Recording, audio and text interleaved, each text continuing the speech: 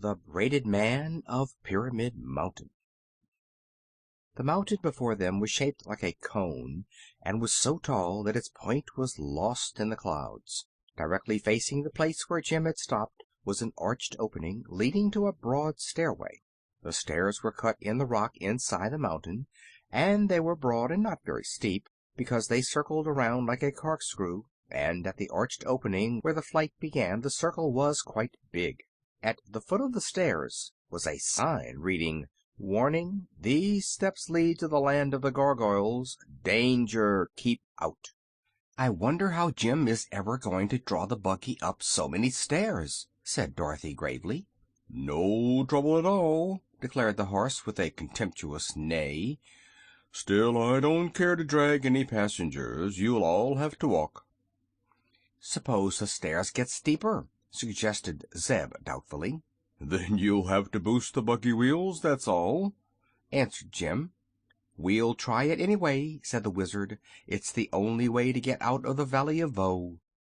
So they began to ascend the stairs, Dorothy and the Wizard first, Jim next, drawing the buggy, and then Zeb to watch that nothing happened to the harness.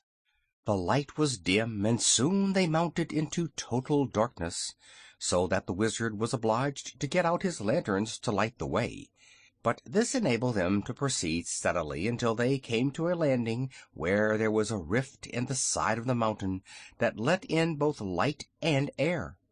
Looking through this opening, they could see the Valley of Voe lying far below them, the cottages seeming like toy houses from that distance. After resting a few moments, they resumed their climb, and still the stairs were broad and low enough for Jim to drag the buggy easily after him. The old horse panted a little and had to stop often to get his breath. At such times they were all glad to wait for him, for continually climbing upstairs is sure to make one's legs ache. They wound about, always going upward for some time. The lights from the lanterns dimly showed the way, but it was a gloomy journey, and they were pleased when a broad streak of light ahead assured them they were coming to a second landing. Here one side of the mountain had a great hole in it, like the mouth of a cavern, and the stairs stopped at the near edge of the floor and commenced ascending again at the opposite edge.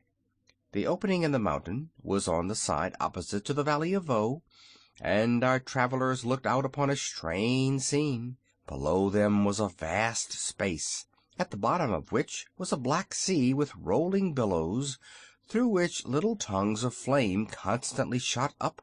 Just above them, and almost on a level with their platform, were banks of rolling clouds, which constantly shifted position and changed color. The blues and grays were very beautiful, and Dorothy noticed that on the cloud banks sat or reclined fleecy, shadowy forms of beautiful things who must have been the cloud fairies. Mortals who stand upon the earth and look up at the sky cannot often distinguish these forms, but our friends were now so near to the clouds that they observed the dainty fairies very clearly. "Are they real?" asked Zeb in an awed voice. "Of course," replied Dorothy softly. "They are the cloud fairies." "They seem like open work," remarked the boy, gazing intently. "If I should squeeze one there wouldn't be anything left of it." In the open space between the clouds and the black bubbling sea far beneath could be seen an occasional strange bird winging its way swiftly through the air. These birds were of enormous size, and reminded Zeb of the rocs he had read about in the Arabian Nights. They had fierce eyes and sharp talons and beaks, and the children hoped none of them would venture into the cavern. "Well, I declare!" suddenly exclaimed the little Wizard. "What in the world is this?" They turned around and found a man standing on the floor in the center of the cave, who bowed very politely when he saw he had attracted their attention. He was a very old man, bent nearly double, but the queerest thing about him was his white hair and beard. These were so long that they reached to his feet, and both the hair and the beard were carefully plaited into many braids, and the end of each braid fastened with a bow of colored ribbon. "Where did you come from?" asked Dorothy wonderingly. "No place at all," answered the man with the braids. "That is, not recently. Once I lived on top the earth, but for many years I have had my factory in this spot, halfway up Pyramid Mountain." "Are we only halfway up?" inquired the boy in a discouraged tone. "I believe so, my lad," replied the braided man. "But as I have never been in either direction, down or up, since I arrived, I cannot be positive whether it is exactly halfway or not." "Have you a factory in this place?" asked the wizard, who had been examining the strange personage carefully. "To be sure," said the other. "I am a great inventor, you must know, and I manufacture my products in this lonely spot."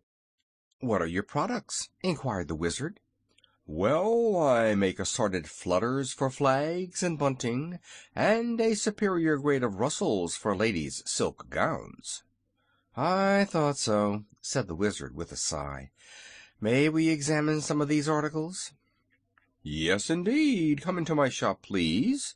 And the braided man turned and led the way into a smaller cave, where he evidently lived. Here, on a broad shelf, were several cardboard boxes of various sizes, each tied with cotton cord.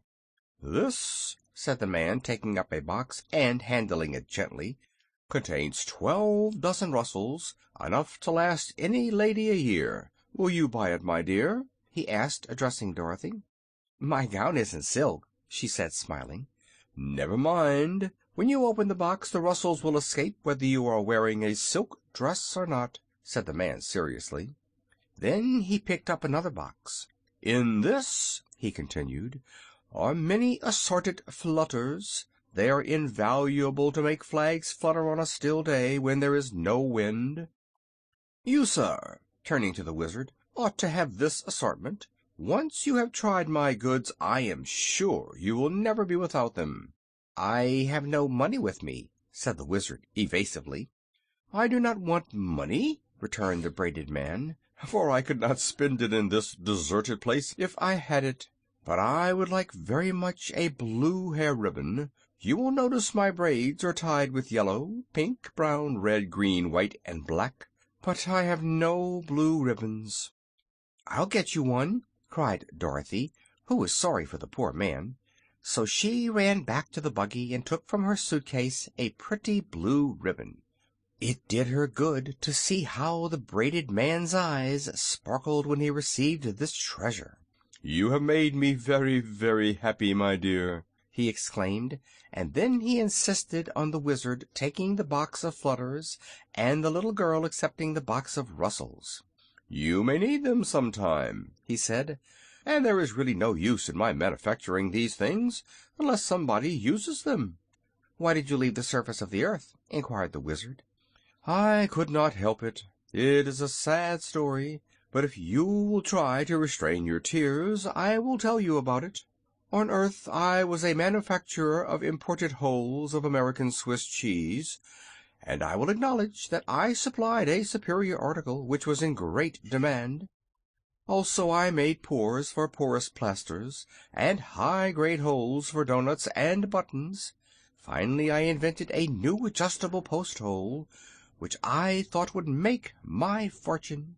I manufactured a large quantity of these post-holes, and having no room in which to store them, I set them all end to end and put the top one in the ground. That made an extraordinarily long hole, as you may imagine, and reached far down into the earth, and as I leaned over it to try to see to the bottom, I lost my balance and tumbled in. Unfortunately, the hole led directly into the vast space you see outside this mountain. But I managed to catch a point of rock that projected from this cavern, and so saved myself from tumbling headlong into the black waves beneath, where the tongues of flame that dart out would certainly have consumed me. Here, then, I make my home, and although it is a lonely place, I amuse myself making rustles and flutters, and so get along very nicely." When the braided man had completed this strange tale, Dorothy nearly laughed because it was all so absurd, but the wizard tapped his forehead significantly to indicate that he thought the poor man was crazy. So they politely bade him good day and went back to the outer cavern, to resume their journey. End of chapter 10.